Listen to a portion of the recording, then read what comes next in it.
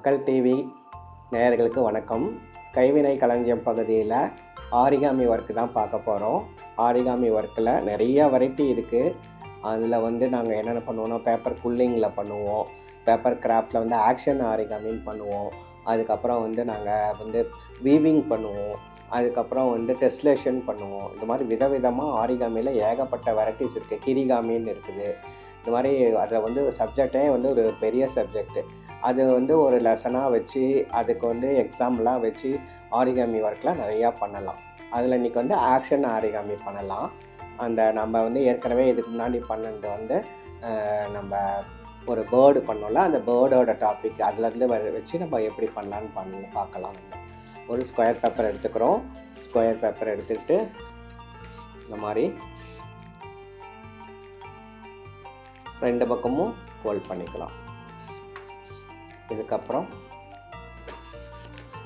நம்ம செய்கிறது diagonal folding பண்ணுறோம்.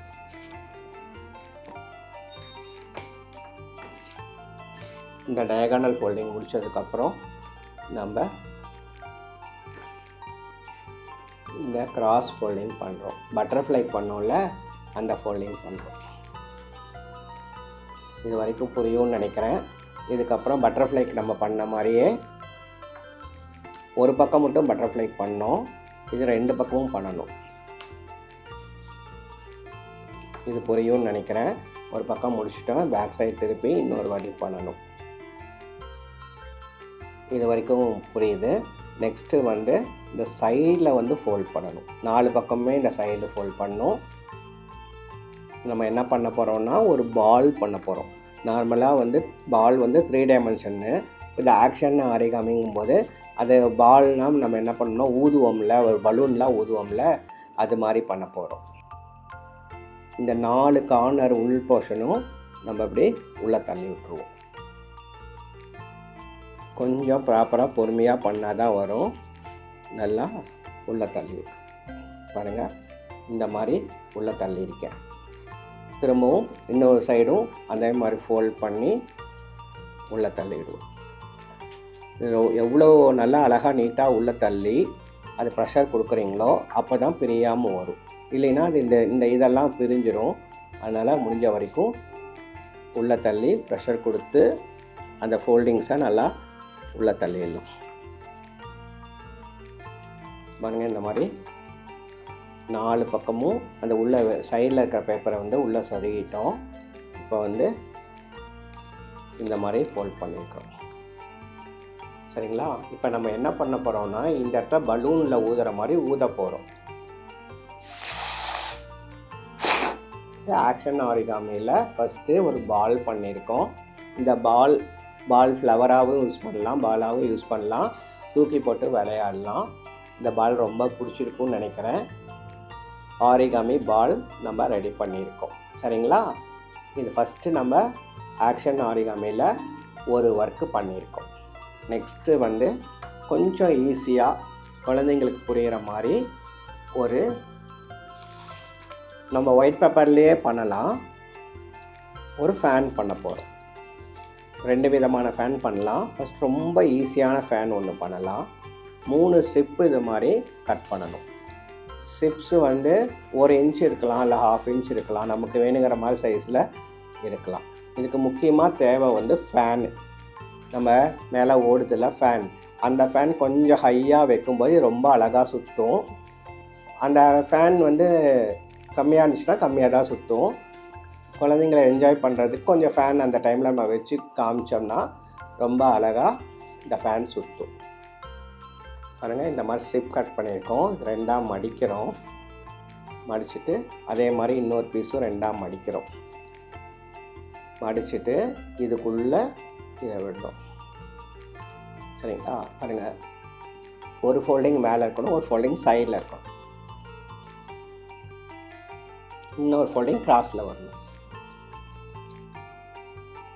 இது கொஞ்சம் மேலே தூக்கிட்டு இதுக்குள்ளே இந்த 3ஆவது இருக்கிறது உள்ளே போகிற மாதிரி பண்ணோம்னா ஒரு ஷார்ப் எட்ஜு நமக்கு கிடைக்கும்.